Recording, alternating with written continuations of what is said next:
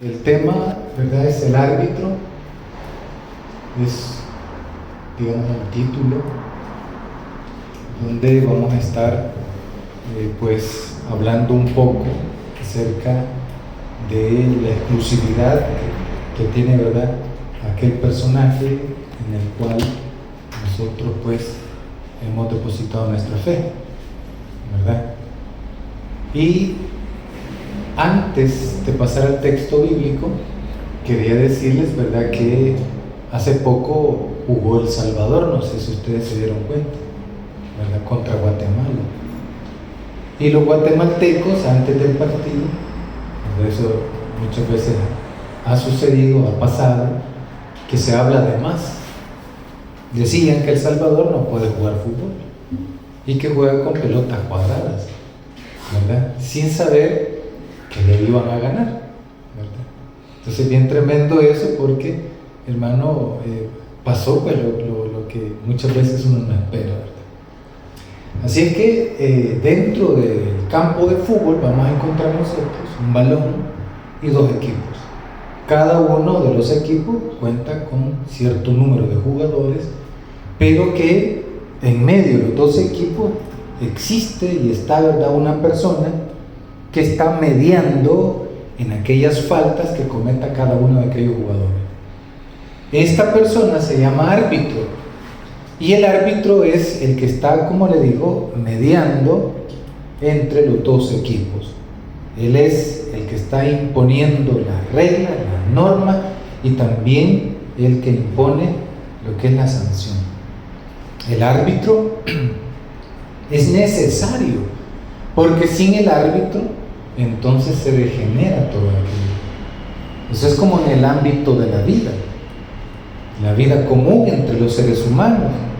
Si no existieran los jueces, difícilmente, hermano, estaríamos, ¿verdad?, en un clima, entre comillas, bastante tranquilo, ¿verdad? Porque los conflictos y los problemas que surgen entre la humanidad, donde hay seres humanos, vamos a encontrar siempre problemas. Donde hay dos seres humanos, vamos a encontrar siempre problemas. Y posiblemente un solo ser humano puede ser, y se va a encontrar con problemas también, consigo mismo, ¿verdad? Así que así es el título del mensaje de este día. Se llama El árbitro, y vamos a ver por qué. Bueno, continuemos. Vamos a buscar en nuestras Biblias la primera carta a Timoteo, y cuando lo encuentre me regala un amén, y así sentadito nos vamos a quedar, ¿verdad?, leyendo el texto. La primera carta a Timoteo, capítulo 2, versículo número 5. Dice así la palabra del Señor: porque hay un solo Dios y un solo mediador entre Dios y los hombres, Jesucristo, hombre. Lo vamos a volver a leer nuevamente. Dios les bendiga, bienvenido. Dice así la palabra del Señor: porque hay un solo Dios y un solo mediador entre Dios y los hombres, Jesucristo, hombre. Ahí nomás. Vamos a hacer una breve oración. Gracias, Señor, Dios Todopoderoso, porque le ha placido este día regalarnos el don de la vida. Nos regocijamos, Señor, así como las aves de los cielos se alegran en el amanecer, porque cantan, Señor, a la vida, de que tú les has dado, Señor, un respiro más. Así también nosotros, Señor, nos gozamos al saber de que tu gran misericordia y bondad ha sido, Señor, para cada uno de nosotros una bendición este día. Así que bendíganos a todos, que tu palabra sea lámpara a nuestros pies y lumbrera a nuestro camino. Guíanos por el bien, guíanos por las sendas de la justicia, del amor y la verdad. En su nombre oramos. Amén y Amén. La primera carta de Timoteo, hermanos, es una carta muy interesante. Pero antes de hablar de la primera carta de Timoteo, de su escritor, de sus receptores, del ámbito o el contexto, ¿verdad?, en el que se escribe, vamos a ver, hermanos, de qué estaremos tratando este día en la enseñanza. En primer lugar, vamos a dar una breve introducción, ¿verdad?, un contexto de Éfeso, los desafíos doctrinales, un solo Dios, un solo mediador, Jesús hombre, y también una aplicación. Así que vamos a considerar, ¿verdad?, estos puntos de manera particular. Mire qué interesante, porque encontramos, hermano, un mundo totalmente diferente al mundo que estamos viviendo hoy. Parecido, pero diferente, ¿verdad? Lo parecido no es igual, ¿verdad? El breve contexto: hay desafíos doctrinales por cuanto el cristianismo era algo nuevo, el judaísmo quizás lo más antiguo. Para poder decirle, hermano, que más adelante lo vamos a aclarar, primero nace el judaísmo, posteriormente, hermano, los musulmanes, y por último el cristianismo. Bueno, tenemos entonces acá que hay un contexto particular, porque el cristianismo nace, y al nacer el cristianismo no nace en la nada. El cristianismo nace en lo ya construido, ¿verdad? Ya habían ideas religiosas, ya habían religiosos, ya habían sacerdotes, ya había una religión o religiones en aquel momento. Entonces el cristianismo no nace en la nada. El cristianismo, hermano, nace en un mundo hecho, en un mundo construido, y por lo tanto se enfrenta, ¿verdad?, con estos desafíos doctrinales. De hecho, cuando el cristianismo, hermano, comienza, había bastantes diferencias dentro del mismo cristianismo. Unos pensaban una cosa y otros otra. Dentro de los mismos seguidores de Jesús habían algunas controversias. ¿Ves? Solo para que tengamos idea, algunos seguidores de Jesús eran conocidos como celotes, y estos personajes tenían una mentalidad un poco más política que los demás. Tenían una mentalidad más política que los demás. Tenemos también la experiencia, ¿verdad?, de Judas. ¿Qué pensaba Judas, verdad, cuando traicionó a Jesús? ¿Qué era Jesús para Judas?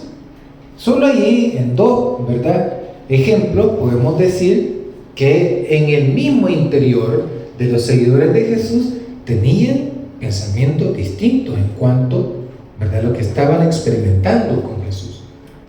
En ese sentido, no podemos negar la gran diferencia entonces que más adelante se iba a gestar, ¿verdad?, el cristianismo. En el cristianismo, ¿verdad?, primero vamos a encontrar grandes diferencias. Cuando Jesús, ¿verdad?, muere, ¿qué sucede con nosotros, apóstoles, los seguidores de Jesús? ¿Qué sucede con ellos? ¿Siguieron creyendo en Jesús? No. Muchos salieron huyendo, otros se escondieron, ¿verdad? ¿Saben quiénes fueron los primeros discípulos de Jesús que creyeron en Él y en su palabra? Las mujeres. Y no fueron ellas las que le dijeron que Jesús había resucitado. Aquellos ni creían en la resurrección. Tuvieron que ser convencidos al estar, ¿verdad?, enfrente de la tumba, de que había resucitado, que ya no estaba allí. Entonces, son solo, ¿verdad?, les doy unos cuantos ejemplos de que en tiempos de Jesús había desafíos doctrinales. Aparte de ello, como le menciono, que había una diversidad de religiones en su momento, existía una diosa que era muy querida por el pueblo nativo, ¿verdad? Era la diosa Diana. Para poder, hermano, ponerlos en contexto, ¿verdad? Esto de la imagen de una mujer diosa, según los estudiosos, esto fue lo primero, antes de tener la idea de un Dios varón, esto fue lo primero que la humanidad concibió como Dios, ¿verdad? En especial porque el ser humano es criado, es sustentado por una mujer. Hay figuras que se han descubierto a nivel arqueológico donde aparecen diosas todas vestidas, hermano, así como forradas, ¿verdad?, de pechos a su alrededor. Y esa diosa era la diosa de la fertilidad.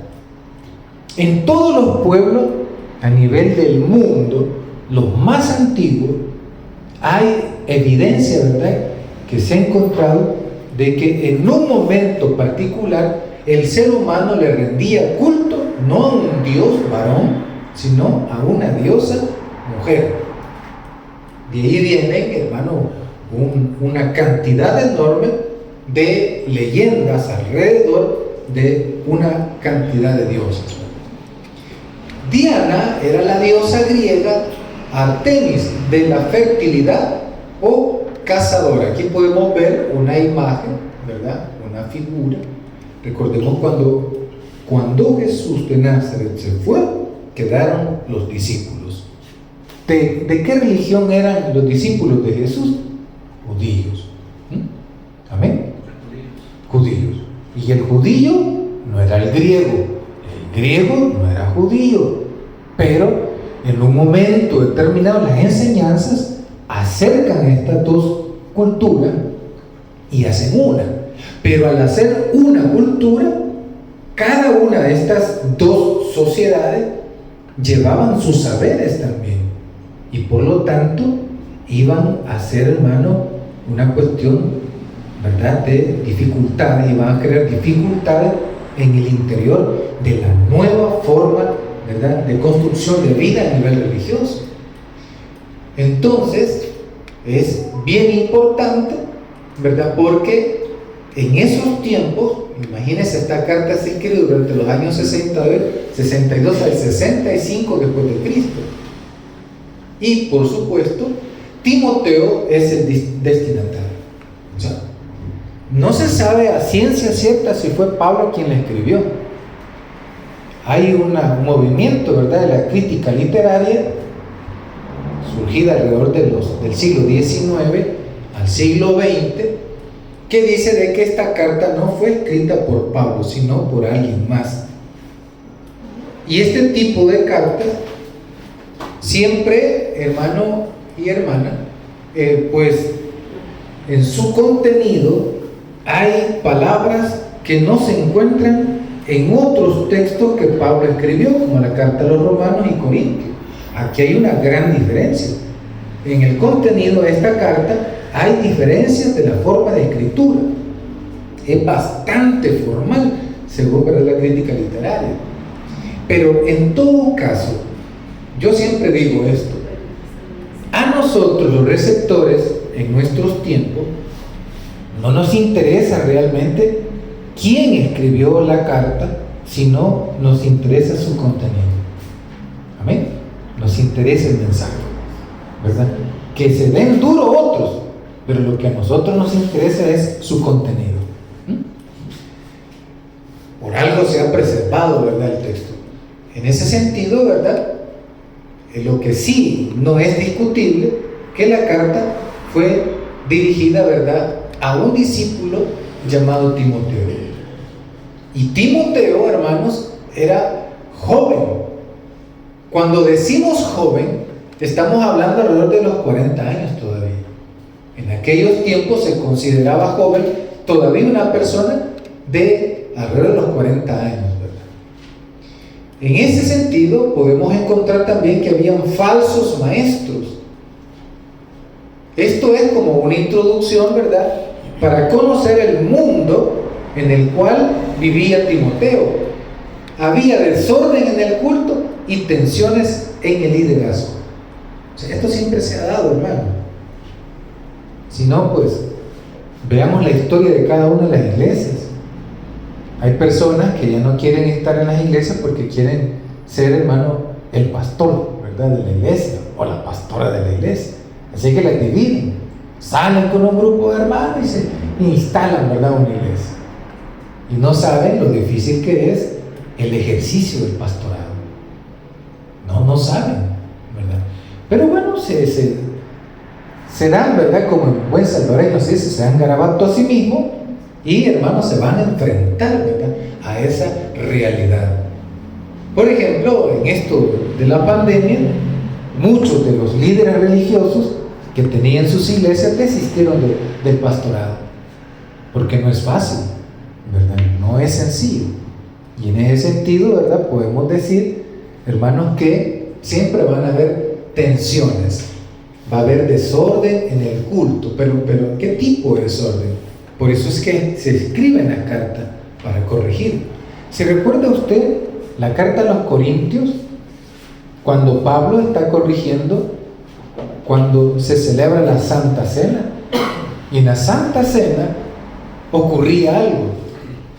La iglesia llegaba a reunirse a celebrar la Santa Cena no con el fin de convivir la iglesia en sí, sino de ir a comer. Y el texto dice: ustedes no celebran la Santa Cena, ustedes se llegan a hartar.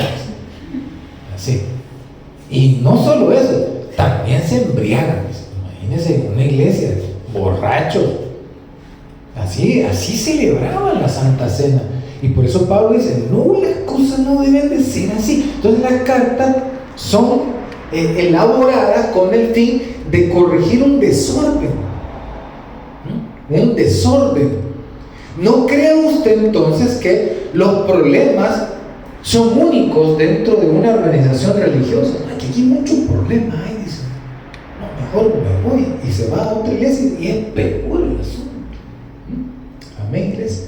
Entonces Pedro se corrige en ese sentido a través de la carta. Entonces esto es como, hermano, un preámbulo para poder ingresar a la primera carta de Timoteo. El texto específicamente que hemos leído es un texto, hermano, que nos deja una gran enseñanza. No debemos de dejar que este texto quede en el olvido.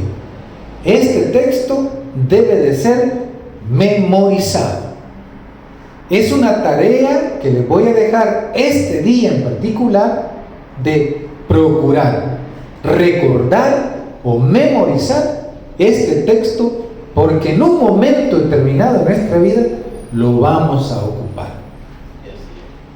Fíjese que una vez estuve hablando con un musulmán. Yo tengo varias amistades musulmanas, y uno de ellos dijo en una ocasión: los cristianos no creen en un solo Dios, ellos creen en las tres divinas personas, y por lo tanto no creen en un solo Dios, porque creen que Jesús es Dios, y que el Padre también es Dios, y que el Espíritu también es Dios. Así que no podemos estar hablando de un solo Dios.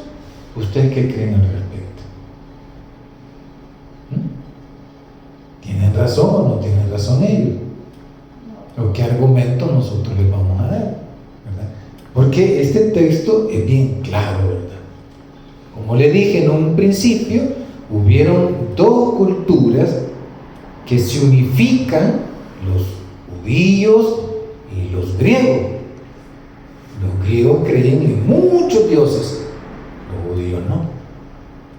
Y de ahí viene entonces cierta enseñanza, ¿verdad?, que se va metiendo poco a poco dentro del movimiento cristiano, y al final termina gobernando una postura en particular. Los judíos, ¿verdad?, se van apartando. Por ejemplo, hay movimientos religiosos que usted no conoce, pero que yo le voy a dar un nombre por lo menos de ellos, los ebionitas.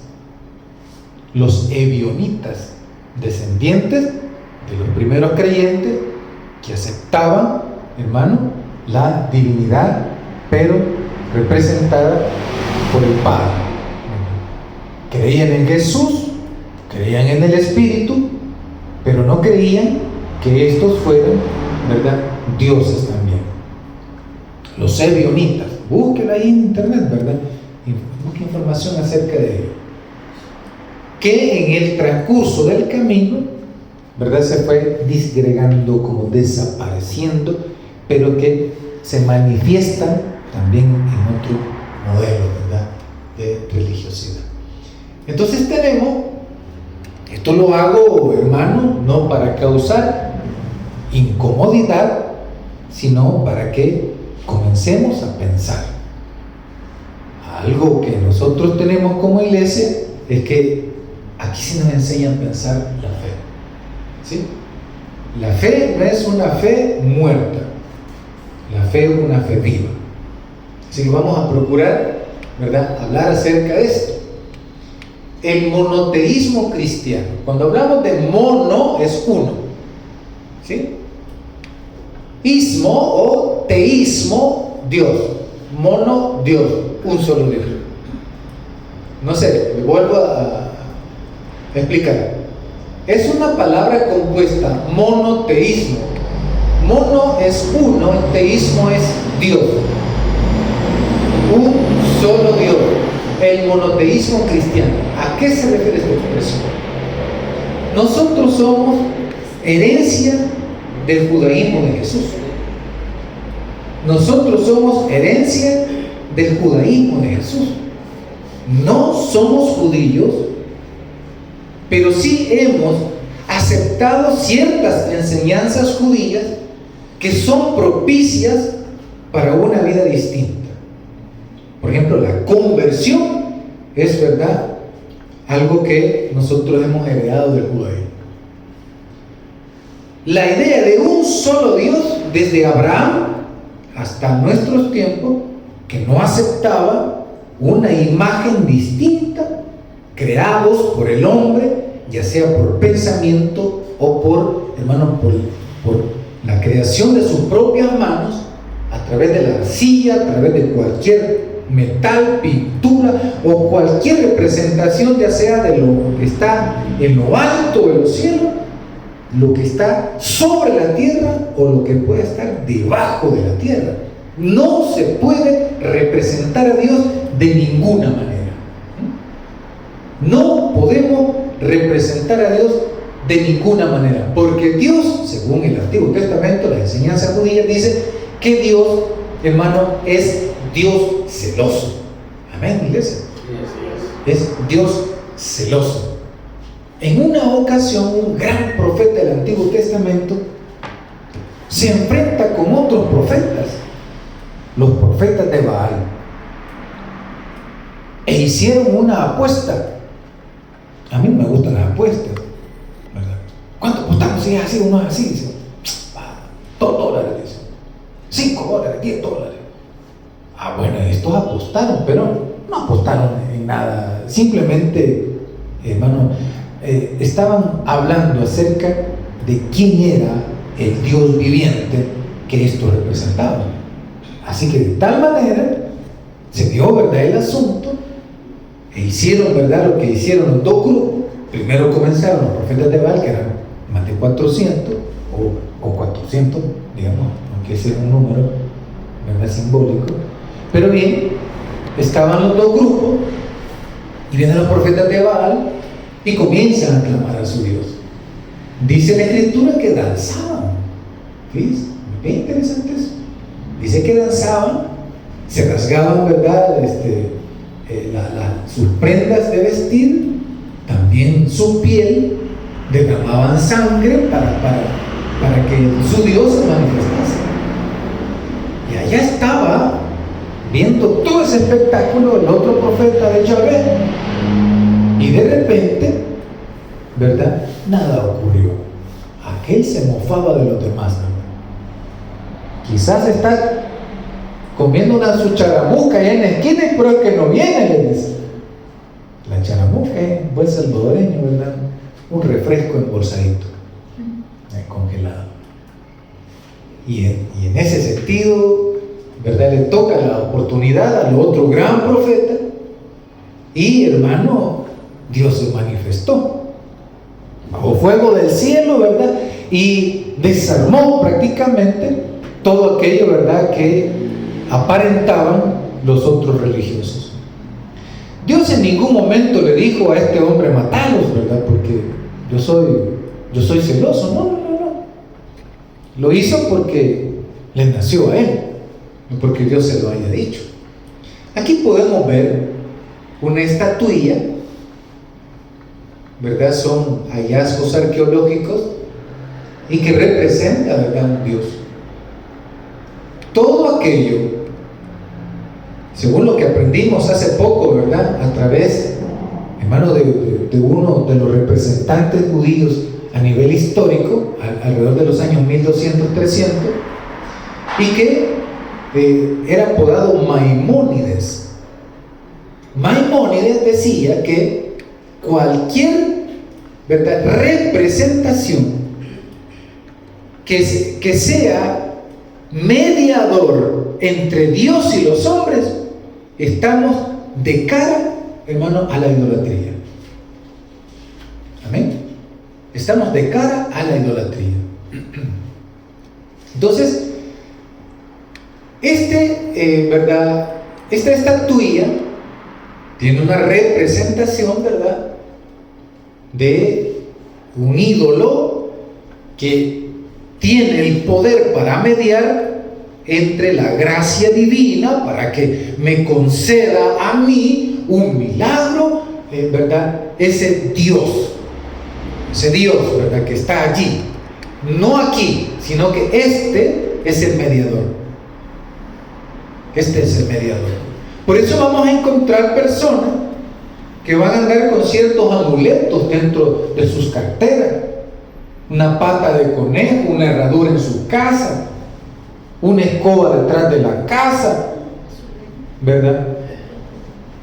Vamos a encontrar una cantidad de asuntos que van a ser considerados como algo idolátrico.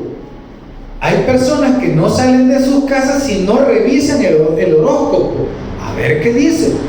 Por ejemplo, yo le puedo preguntar a usted hoy: ¿y usted de qué signo del zodiaco es? Ya sabemos todos, ¿verdad?, de qué signo zodiaco somos. ¿Ah? Pero eso no significa que yo voy a condicionar mi vida a lo que diga, ¿verdad?, el día particular sobre lo que me puede ocurrir o no me puede ocurrir. Eso no puede controlar mi ser, mi pensar, ni mi actuar. Entonces, mire qué interesante, porque actualizando lo que es la idea del ídolo, podemos nosotros, ¿verdad?, también hablar de lo que pues maneja o controla el ser humano en nuestros tiempos. Por ejemplo, otro ejemplo particular de un ídolo es cuando nosotros idolatramos a ciertos pueblos. Por ejemplo, la Biblia es muy antigua. El Nuevo Testamento tiene más de 2000 años. El Antiguo Testamento mucho más todavía. En el Antiguo Testamento encontramos al pueblo de Jacob, y ese pueblo de Jacob sí le costó, ¿verdad?, salir del fango. ¿Quién era ese pueblo de Jacob posteriormente? Israel. Bueno, Israel, hermano, tuvo su historia. Caminaron por el desierto, los molestaron otros pueblos, estuvo, ¿verdad?, esclavo en Egipto, en Babilonia, en Siria. Tuvieron que ser expulsados muchas veces de sus tierras. Los romanos los conquistaron, despidieron, ¿verdad?, una gran cantidad de personas, se las llevaron otros, hicieron vida por otros lados. Y, hermano, al final, ese pueblo llamado Israel ya solo estaba, hermano, dentro, ¿verdad?, de el imaginario de cada uno de ellos, no como tierra políticamente. En el año 70 Roma los destruye. Y ahí, hermano, para acá, hasta 1948, después de la Segunda Guerra Mundial, algunos países dominantes, como Estados Unidos, Francia e Inglaterra, le ceden el territorio de lo que, hermano, fue Palestina en aquel momento, le ceden ese territorio a un grupo de israelitas que eran de Europa. Y construyen, políticamente hablando, lo que es Israel. Pero ese nuevo Israel no es el Israel que nosotros encontramos aquí en la Escritura. Ese es otro Israel. Ese es otro Israel. Los judíos en el mundo estaban en contra, ¿verdad?, del establecimiento de Israel políticamente hablando. Entonces, los cristianos evangélicos vemos a Israel como un ídolo. Los cristianos evangélicos que no tenemos una conciencia histórica de los procesos que se han venido dando en el transcurso de la humanidad, estamos cometiendo, ¿verdad?, un pecado, porque estamos prácticamente idolatrando a un pueblo que no es el pueblo antiguo de Israel, sino que es un nuevo pueblo. En ese sentido, ¿verdad?, tenemos, hermanos, ¿verdad?, que considerar que la idolatría está disfrazada en nuestros tiempos de formas distintas, y hay que tener mucho cuidado con eso, ¿verdad? Cuidado con la idolatría. El monoteísmo es una herencia de los antiguos semitas. ¿Quiénes fueron los semitas? ¿Quiénes fueron los semitas? Cuando las aguas descienden en el diluvio, estaba Noé y su familia. ¿Quiénes fueron los personajes, los hijos de Noé, que estuvieron, ¿verdad?, ahí presentes? Bueno, uno de ellos fue Cam, otro fue Sem y otro fue Jafet. Fueron tres hombres que, hermano, sobreviven, según el relato, la narración bíblica, que sobreviven con sus mujeres después del diluvio. Cam se fue a posesionar de las tierras que después se llamaron Canaán, ¿sí? Sem se quedó en el desierto. De ahí vienen, ¿verdad?, los egipcios. De la familia de Sem vienen los egipcios.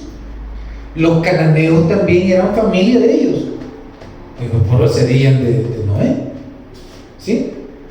Todas esas familias repartidas entre, hermano, en la actualidad estamos hablando de Egipto, Irak, Irán, de todos los pueblos alrededor. Los israelitas también eran una tribu semita. Por eso es que los egipcios, los babilonios, todas esas gentes, todas esas personas, le terminan enseñando a los judíos, ¿verdad?, ciertos valores que ellos, hermanos, abrazan y después comienzan a enseñarlos. Entonces el judaísmo como religión no es una, ¿verdad?, idea pura de ellos, sino que surge de préstamos de otras naciones, y eso lo ha hecho también el cristianismo y toda religión existente, ¿verdad? Entonces tenemos aquí, quiero corregir, en un momento dije que primero el judaísmo, después el islam y por último el cristianismo. Aquí quiero corregir, primero fue el judaísmo, después el cristianismo y por último el islam, ¿sí? Amén, iglesia. Porque el islam nace alrededor del año 622 en una caravana, ¿verdad?, que se le llamó la caravana de Hijra, y ahí nace el islam. Pero el cristianismo fue anterior al islam, ¿verdad? Corrijo esto, ¿verdad? Esto no le tomen importancia, ¿verdad? Entonces, estas tres religiones, yo le bendiga, hermana, de manera, estas tres religiones confían en la existencia de un solo Dios. Todas estas tres religiones tienen muchas cosas en común, ¿verdad? El judaísmo cree en Moisés como su profeta. El Islam cree en Mahomet o Mahoma, ¿verdad? Y el cristianismo en Jesucristo. El judaísmo tiene la Torah, el Islam el Corán, y el cristianismo las escrituras, Antiguo y Nuevo Testamento, ¿verdad? Que incluyen la Torah también. Entonces, los judíos creen en la venida del Mesías. Amén. El Islam también. Y el cristianismo también creen en la venida del Mesías. Hay muchas cosas que se parecen, pero dentro de estas, ¿verdad?, está en la creencia de un solo Dios. Ellos están en contra de esto, la idolatría. De hecho, me llama mucho la atención que el Islam presenta a Mahoma siempre en sus pinturas con un manto blanco cubriéndole el rostro. Y me parece que esa situación es, hermano, muy, muy buena, porque tanto para el judaísmo como el cristianismo es de cuidarnos en el sentido, hermano, de idolatrar a los personajes. Por ejemplo, el judaísmo, en el Antiguo Testamento se habla de un relato donde muere Moisés. Moisés no entró a la tierra prometida, ¿sí? Y dice la Escritura que el cuerpo de Moisés fue peleado por un ángel porque un demonio se quería apropiar de él, ¿sí? Y pelearon, dice. Pero ¿cuál es la idea de eso? Es que los israelitas habían aprendido a momificar a los cuerpos. Lo que no querían, entonces, los líderes que sabían muy bien esto, que se endiosara el cuerpo de Moisés, que se venerara. Entonces, por eso lo enterraron, a saber a dónde. A saber a dónde, pero lo enterraron. No es que el cuerpo de Moisés se lo hayan llevado, no. Lo enterraron y no dijeron a dónde, ¿verdad? Para que quedara así. Porque Moisés hasta el día de hoy es, hermano, un personaje admirado, venerado por el pueblo judío. Hombre, le deben la vida a Moisés. Cuidadito si usted llega a hablar mal de Moisés, ahí, hermano, donde pasan esos señores que son bien aferrados. Capaz lo apedrean a uno, peligroso. Entonces, el judaísmo, el islam y el cristianismo comparten la existencia de un solo Dios. Están en contra, en ese sentido, de la idolatría, de toda imagen. El texto lo dice. Miren lo que dice el texto. Primera carta de Timoteo, capítulo 2, versículo 5. Léalo conmigo, por favor. Porque hay un solo Dios. Amén. Es la primera parte. Es la primera parte del texto.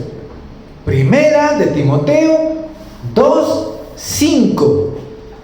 Porque hay un solo Dios. Mire qué especial el texto. Porque hay un solo Dios. Y es bien explícito. Aquí no anda con ambigüedades el texto. Por supuesto, estamos hablando de este texto. Amén, iglesia. Este texto de manera particular. Porque hay un solo Dios. No hay más. No me meta Shakira. No me meta el rey del pop. ¿Verdad? Michael Jackson. O aquel, ¿verdad? Uno que habla como que es algo medio tarado, ¿verdad? ¿Cómo se llama ese? Ese Bad Bunny. Famoso en un momento, pero ha caído su imagen porque es terrible la gente Cuando hay creen más que, hermano, la mata donde arranca el tigre, ¿verdad? Bueno, entonces tenemos que no podemos nosotros aceptar otra figura, pintura, retrato o, hermano, ¿verdad?, construcciones como esta, ¿verdad?, que tenemos acá en la pantalla, una imagen de un personaje particular, un muñequito, ¿verdad?, o cualquier otra cosa. Nosotros los cristianos creemos en un solo Dios. Creemos en un solo Dios. Lo bonito que viene después, y aclarativo también,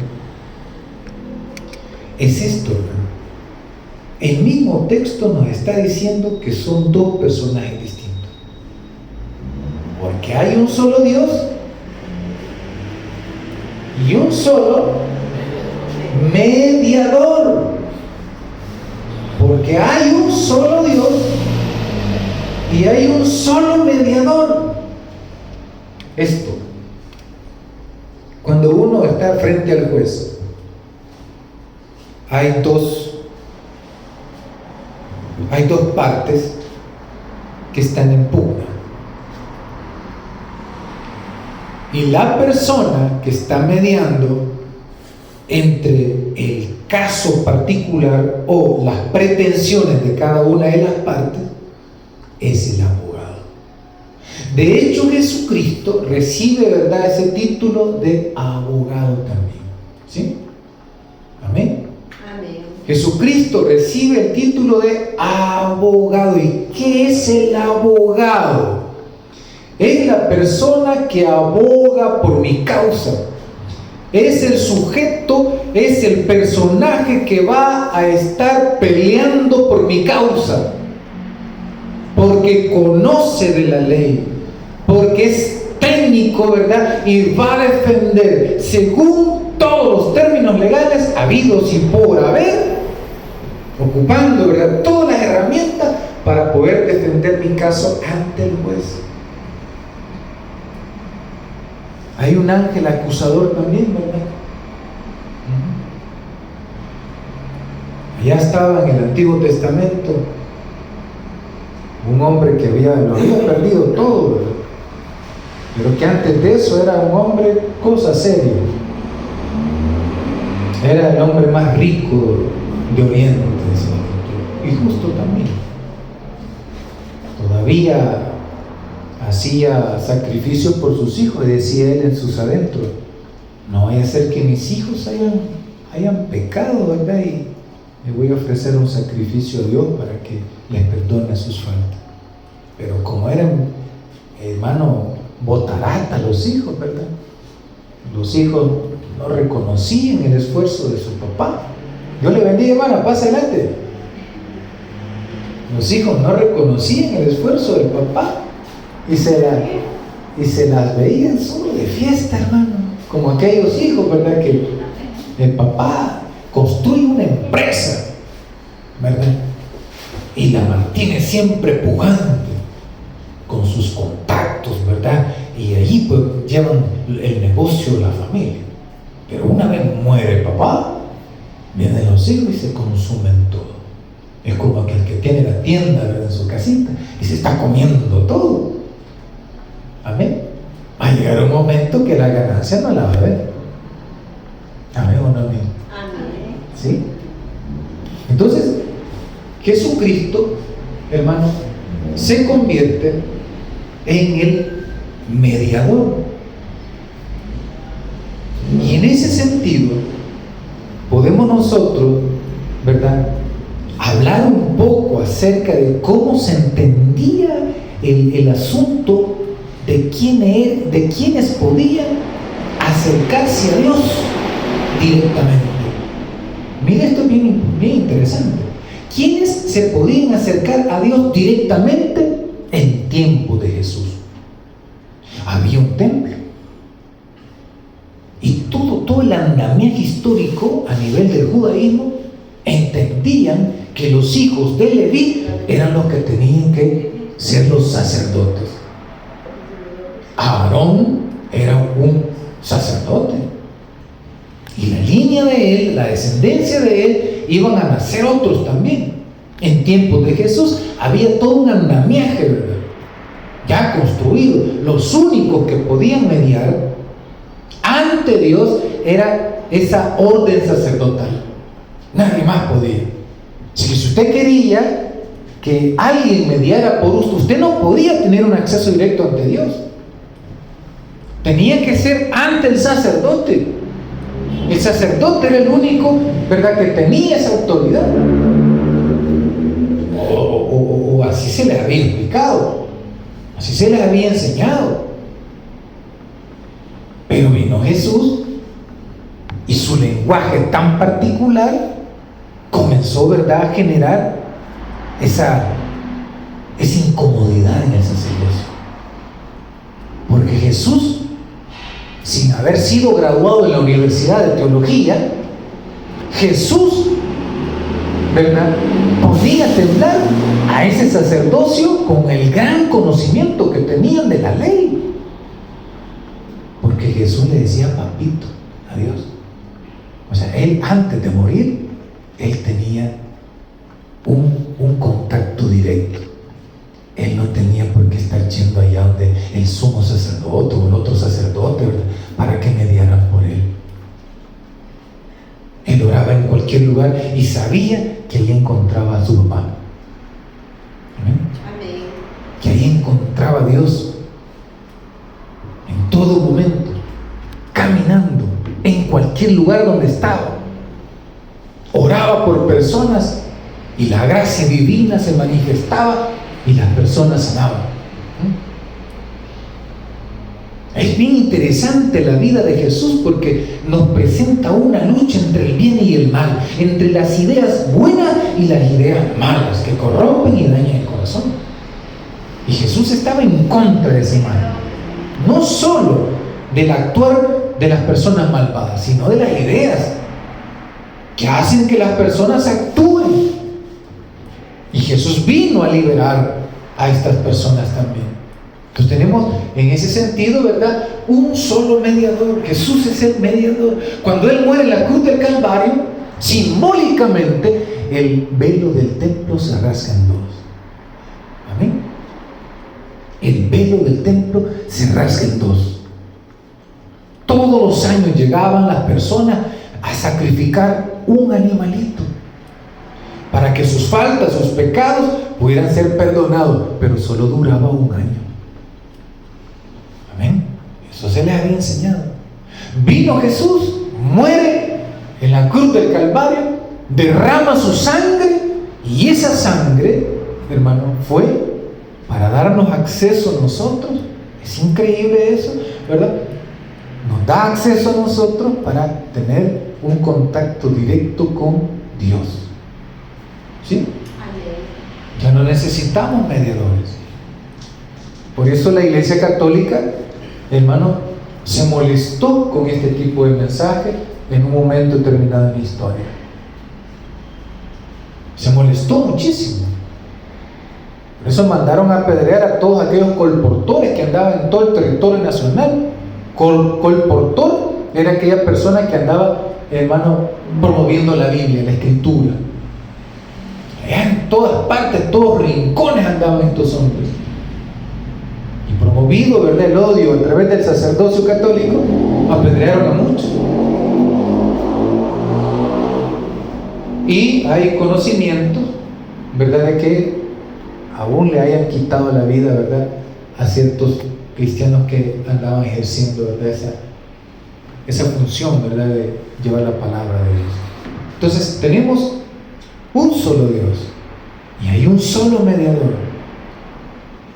No podemos nosotros decir que Mahomet, y lo decimos con mucho respeto, ¿verdad?, según la tradición de ese pueblo, pero no podemos aceptar que Mahomet sea el mediador entre Dios y los hombres. Tampoco podemos aceptar que el apóstol de México, de la luz del mundo, sea el mediador entre Dios y los hombres. No podemos aceptar eso. Amén, iglesia. Porque la máxima revelación que se ha manifestado en la tierra hasta nuestros días es Jesús de Nazaret. Es Jesús de Nazaret.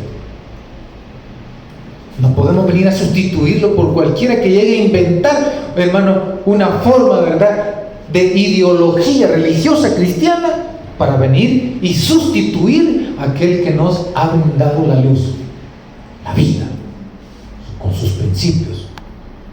No podemos venir a sustituirlo. No se puede. Hay un solo mediador, Jesucristo.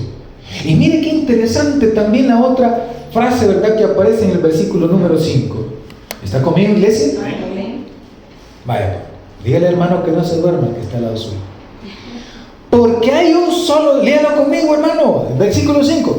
Porque hay un solo Dios y un solo mediador entre Dios y los hombres. ¿Quién es? Jesucristo, hombre. Mire qué interesante. Vamos a ver por qué el texto dice eso. Jesús, hombre. Ya vamos a ver por qué dice eso. Este texto, por cuanto había un problema, ¿verdad?, doctrinal en su momento, hay, hermano, un movimiento, no es tu tía, manejando por las calles de Santa Tecla, encontré en una esquina una iglesia cristiana gnóstica, decía. ¿Ves? Iglesia cristiana gnóstica. Y los gnósticos ya existían en tiempos de Jesús, en una forma, por supuesto, no tan estructurada, así como el cristianismo. El cristianismo no se ve estructurado como tal. Era un movimiento judío, ¿verdad?, aparte de otros, con la figura de Jesús como figura principal. Pero los gnósticos tienen su forma particular de creer las cosas. Todo movimiento, ya sea religioso, social o político, van a representar las cosas de una manera muy diferente. Dios les bendiga, bienvenido. Y ante esto, los gnósticos creían, ¿verdad?, que la materia era mala. Amén. Que la materia era lo malo. Y por lo tanto, ellos decían, no puede ser, Jesús no fue, porque era la representación divina de Dios, decían ellos. Entonces, Jesús no pudo ser un hombre de carne y hueso. Porque ellos creen, como algunos creen también, ¿verdad?, pero desde otra perspectiva, hay un montón de creencias alrededor de Jesús, como les menciono. Ellos creían de que Jesús era como un espíritu, ¿verdad?, que caminaba, que hablaba, que ahí andaba, pero que Jesús no era un hombre de carne y hueso, era un espíritu. Por eso es que a él no lo pudieron matar. ¿Cómo van a matar a un espíritu?, decían. ¿Cómo van a matar a Dios?, decían ellos. Entonces el texto, hermano, que acabamos de leer, cuando dice, ¿verdad?, hay un solo Dios, hay un solo mediador, Jesucristo hombre, está diciendo, en contra de aquellas ideas que estaban, hermano, en boga en su momento, están en contra de esas ideas. Y que Jesús no fue un espíritu, decían estos cristianos, ¿verdad? El que escribió esta carta, ya sea Pablo u otro, el que escribió esta carta, y los primeros cristianos pensaron que Jesús no era, hermano, una cuestión de espíritu. Jesús fue un ser humano como usted y como yo. Amén, iglesia. Con sus bondades, con sus virtudes. Porque en Él se reveló Dios. En Él se reveló Dios. Por eso es que dice Jesucristo hombre, devolviéndole esa humanidad a Jesús. Jesús fue un ser humano como usted y como yo. comía, respiraba, lloraba. San Juan 11:35, el texto más grande, ¿verdad? Dice, Jesús lloró. Ay, no más. ¿Y quién es el que llora? Sino el ser humano que le duele algo o llora porque está demasiado alegre.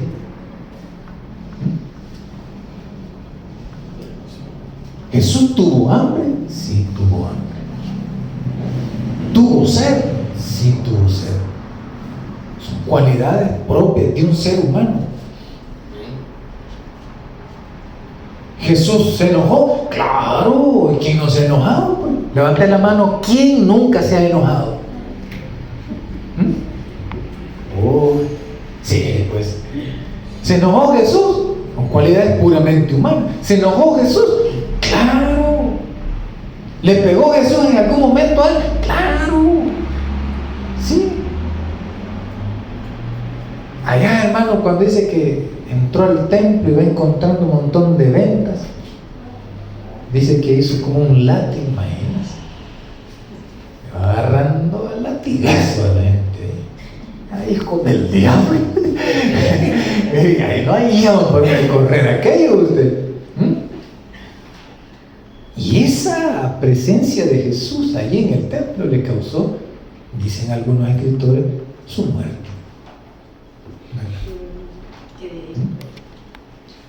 ¿Tuvo miedo Jesús? Claro. ¿Tuvo miedo Jesús? Sí, claro. ¿Se acuerdan del Getsemaní? De que estaba afligido, porque la muerte lo perseguía. Andaban hombres malvados buscándolo. Por eso la Santa Cena la hizo de noche. Y le dijo a sus discípulos, vean, les voy a dar una señal. Hay un discípulo de nosotros que va a llevar un cántaro en tal lugar. Búsquenlo, díganle que vamos a ir a hacer la cena, ¿verdad? En su casa. Y eran, ¿verdad? Claves para poder, hermano, meterse en medio de la gente, sin que lo vieran los soldados, porque lo andaban buscando, lo querían matar. Y Jesús se afligió, tuvo miedo. Sí, tuvo miedo. ¿Desconfió Jesús en algún momento de Dios? También. ¿Ven? Muchas veces nos ha pasado a nosotros. Y uno dice, ay Señor, yo siento que tú me has dejado. Amén. Allá estaba él, colgado en la cruz. Y sus palabras, hermano, retumban. Padre, le dice, ¿por qué me has abandonado? Y siempre en la aflicción y en el sufrimiento uno cree muchas veces eso. Amén. Amén. Si Jesús pudo decir eso, imagínense muchas veces nosotros cómo no nos hemos sentido.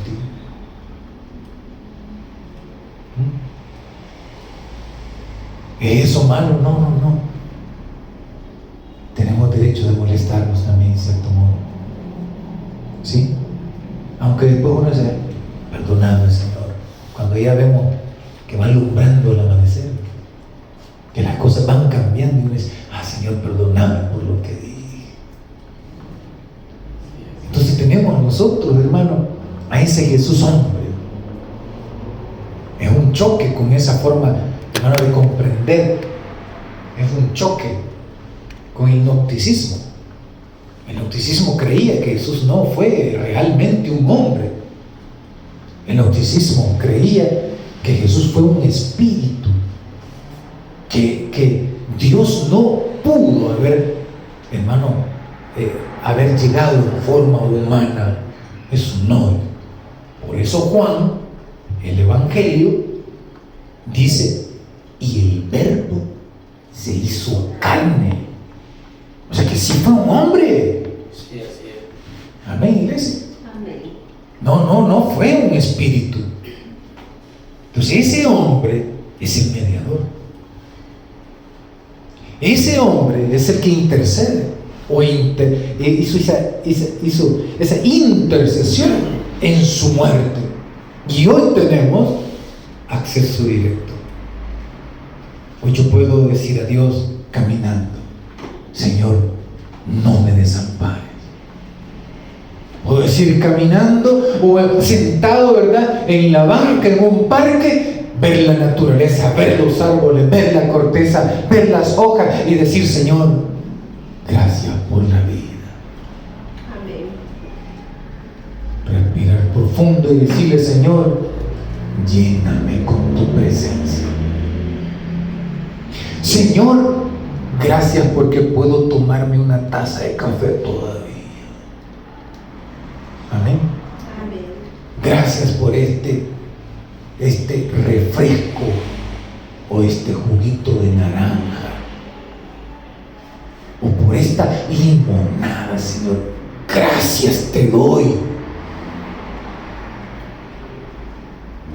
O de repente se enferma alguien en la casa. Usted no puede estar esperando al pastor o al sacerdote, sino acercarse a usted, ponerle mano, pedir misericordia a Dios, para que Dios obre, porque Dios nos oye. Amén. Hoy tenemos acceso directo. ¿Por quién? Por el mediador. Hoy tenemos acceso directo ante el Rey de Reyes y Señor de Señores. No es necesario ya que alguien esté intercediendo por mí. Podemos nosotros orar uno por todos, entregar en las manos de Dios a mis hermanos y hermanas, como lo hacemos regularmente. Sí lo hacemos, pero el acceso, la conciencia que debemos de tener de aquí en adelante es que tenemos un acceso directo ante Dios. Caminando voy con Dios. Allá en mi trabajo estoy con Dios. En mi casa, ahí estoy con Dios. Ahí está conmigo. Amén, iglesia. Amén. En cualquier lugar donde yo vaya, donde yo esté, ahí está Dios conmigo. Amén. Me acompaña en la alegría, en el sufrimiento o en el dolor. Allí va a estar Dios conmigo siempre. Nunca nos va a abandonar. Amén. Y por último, es una aplicación. La aplicación es cuando usted le enseña a manejar. ¿Ah? Cuando le enseña a papá o el esposo o la esposa, el novio o novia, le enseña a manejar a alguien, se pone bien feo la cosa. Sí. Es que no es lo mismo que usted vaya a una escuela, pero aún los que trabajan en las escuelas de manejo se enojan con uno. Agarre bien el timón. ¿Cómo le expliqué? Sí. No, y ahí que es cosas serias. Una vez así le dijeron a Isabel: usted me va a arruinar el carro, le dijeron a ella que andaba aprendiendo a manejar. Me va a arruinar el carro, como que fuera de ella, ¿verdad? Y era una conductora más que una profesora de manejo. Me va a arruinar el carro, le sacre. Entonces cuando uno aprende, entonces uno aplica lo aprendido. Y ahora meten las trabas con más confianza. Hay quienes muchas veces quedan hasta con miedo, porque en esos carros automáticos, en lugar del freno, le aprieta el acelerador y se va hasta uno. Bueno, ni que no le choque, puede ser uno. Pero bueno, la cuestión es que en lo que yo aprendo, en adelante voy a practicar. Rechazo de todo lo que no sea Jesús de Nazaret como mediador. Yo tengo que aprender eso. A nosotros se nos brindan estos principios. Hay gente, personas que dependen de cosas externas para congraciarse con Dios. Hay gente que no puede orar por otra persona si no hay aceite para la unción. Como que el aceite le va a sanar. Y no es aceite de oliva puro. Hoy solo le echan a uno. ¿Fíjese? No, hombre, hermano, estamos mal. El mundo cristiano muy mal. Amén, iglesia. Amén. No hemos aprendido a confiar todavía en el Rey de Reyes y Señor de Señores. Este tipo de enseñanza nos tiene que animar a nosotros a confiar verdaderamente y directamente con Dios. Él está y escucha. El que tenga oídos para oír, que oiga. Oramos. Gracias, Señor, porque hasta este momento podemos decir que usted nos ha llevado. Bendito seas, oh Dios Todopoderoso, porque nos permites cada vez que nos reunimos acercarnos a ti a través de la palabra. Permítanos recobrar esa confianza, Señor, en lo que hemos creído. Permítanos, oh mi Dios Todopoderoso,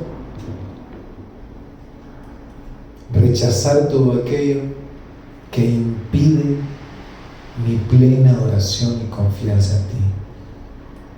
Ayúdanos a ir disipando lo que no corresponde, Señor, con nuestro acercamiento a ti. Bendíganos, por favor. Bendíganos, Señor, y de una invocamos tu nombre como el Dios compasivo, como el Dios misericordioso, el Dios que oye y ve. Que por tu gran magnificencia, Señor, tu grandeza, tu poder, obre conforme, Señor, en aquellas necesidades que nos agobian. Somos seres humanos y muchas veces hemos reclamado porque estamos, Señor, entre la espada y la pared. Invocamos tu nombre, oh mi Dios. ¿Y a dónde más vamos a ir? Hemos abandonado nuestro acercamiento a ídolos. Hemos apartado nuestra confianza, Señor, en objetos. Por eso decimos, ¿a dónde más vamos a ir sino a ti? Al único Dios verdadero, al que me escucha, al que hizo los cielos y la tierra, el mar y todo lo que en él hay. A ese Dios todopoderoso le entregamos nuestras cargas, nuestras preocupaciones, y le pedimos, Señor, que limpies el camino por donde vamos pasando. Le pedimos, Señor, que obres conforme tu gran amor por tu creación, por tus hijos e hijas, para que despierte, Señor, el corazón de tu pueblo, para que nos volvamos a ti nuevamente, para que recobremos el camino que muchas veces abandonamos. Que nuestro amor por ti, Señor, no se reduzca, sino que vaya creciendo, Señor. Deja que tu Espíritu nos envuelva y nos llene con su gracia. Espíritu de Dios, llénanos con tu gracia, que tu palabra, Señor, obre, llene con tu presencia. Gracias, mi Señor, por esta bendición que recibimos en esta hora. Bendíganos a todos, bendiga lo que falta de este culto, Señor, y guárdanos al salir de este lugar, porque sabemos que allí estarás tú. Guíanos, por favor, en este caminar. Cuida nuestros pasos. Nuestra mente y corazón, Señor, le pertenecen. Gracias una vez más. Bendíganos en los quehaceres de la vida en esta semana. Gracias, porque hasta aquí ha sido bueno con todo. En su nombre oramos. Amén. Y le damos un fortísimo aplauso al Señor.